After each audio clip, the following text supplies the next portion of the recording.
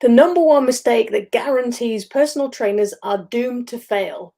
Hey, I'm Sensei Sarah, and I'm here with another incredible insights episode for every introverted personal trainer who wants to create a meaningful and successful business without second guessing their every move. Now, there's no doubt about it, trying to reach new clients is hard work. And without new clients, you can't have a successful business because you'll either shrink or stagnate.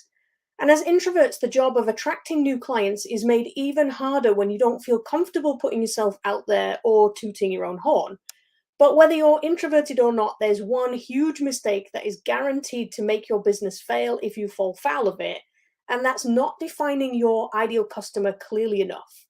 Now, this is a huge problem because when you're not crystal clear on who you're talking to, your message will fall on deaf ears and you'll struggle to attract any new clients at all.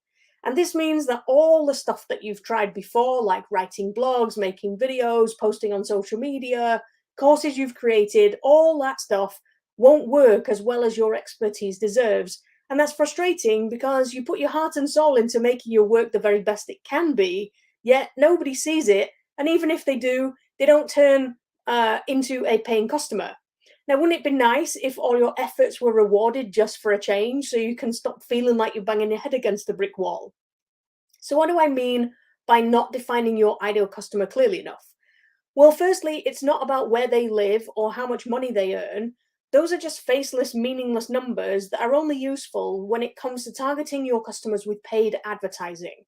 And it's numbers like these that help the algorithms of Google or Facebook to decide where to place your advert. But they don't do anything to help you communicate with your customers. I mean, how would you feel if you saw something online that was like, are you a woman in your 40s with 2.4 kids earning X amount per year who loves running?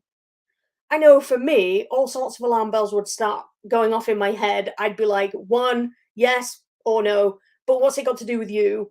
Two, whatever you're selling, I'm not interested. And three, this is spam, don't bother me again. It's like those sales phone calls we get all the time that start with the line, how's business? Ah, they make me so mad. I'm always tempted to say something like, none of yours and hang up, but I haven't had the nerve to do that yet. So, defining your ideal customer or avatar, as it's often referred to, is more about how your ideal customers feel and what they think. These are my things that my friend, business mentor, and king of all things avatar related, Jim Edwards, calls psychographics, with the numbers I mentioned before being demographics. So, your ideal customer may well be a woman in her 40s with 2.4 kids earning X amount per year who loves running. But how does she feel about it? But it's highly likely that she spends most of her day chasing around for everyone else, whether that's at work making sure she's keeping her boss happy by getting all her jobs on a to-do list done, or at home ferrying the kids to and from school and whatever practice or social gathering they have that day. As a result, she's probably exhausted and uses running as a way to de-stress and have a little time to herself, right? Now, it's not hard to imagine yourself in her shoes. So, how differently would you feel if you saw something online that was talking about the feeling of freedom and space you get from running outside? I'd imagine you'd be way more interested. I know I would. And as introverts, we can feel empathy and compassion for our fellow human beings more strongly than most.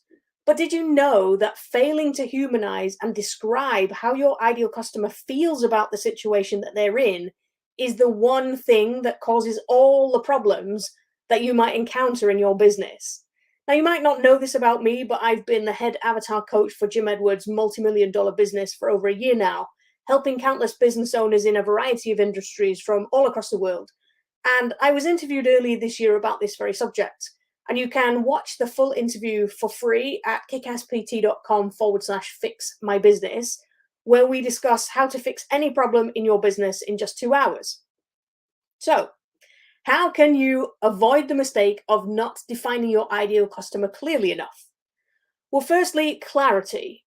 Getting super clear on who your ideal customers are, what else they have going on in their lives, how they feel about it all, and what's holding them back makes it much easier for you to communicate with them in a way that they are ready to hear. Otherwise, your efforts will just be too vague and they'll go unheard. So, secondly, is relevance. Once you know what lights your ideal customers up, what frustrates them, and how they are getting in their own way, then you can be the one that provides relevant and useful information for them in your content marketing and the products that you offer. So, thirdly, is being realistic. When your ideal customer profile portrays your target audience in a realistic way, you can avoid any assumptions, stereotypes, and generalizations. And this helps you to create genuine and deeper connections with your potential clients, even if you've never met them. So don't make the mistake of not defining your ideal customer clearly enough. It's seriously not worth the years of frustration and struggle. And I would know because that's exactly what happened to me. But then, ironically, that's how I ended up being head avatar coach.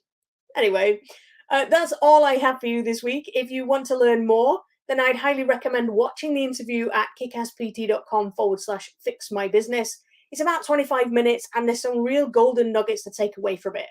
So thanks for watching. I'm Sensei Sarah, and I'll see you on the next episode.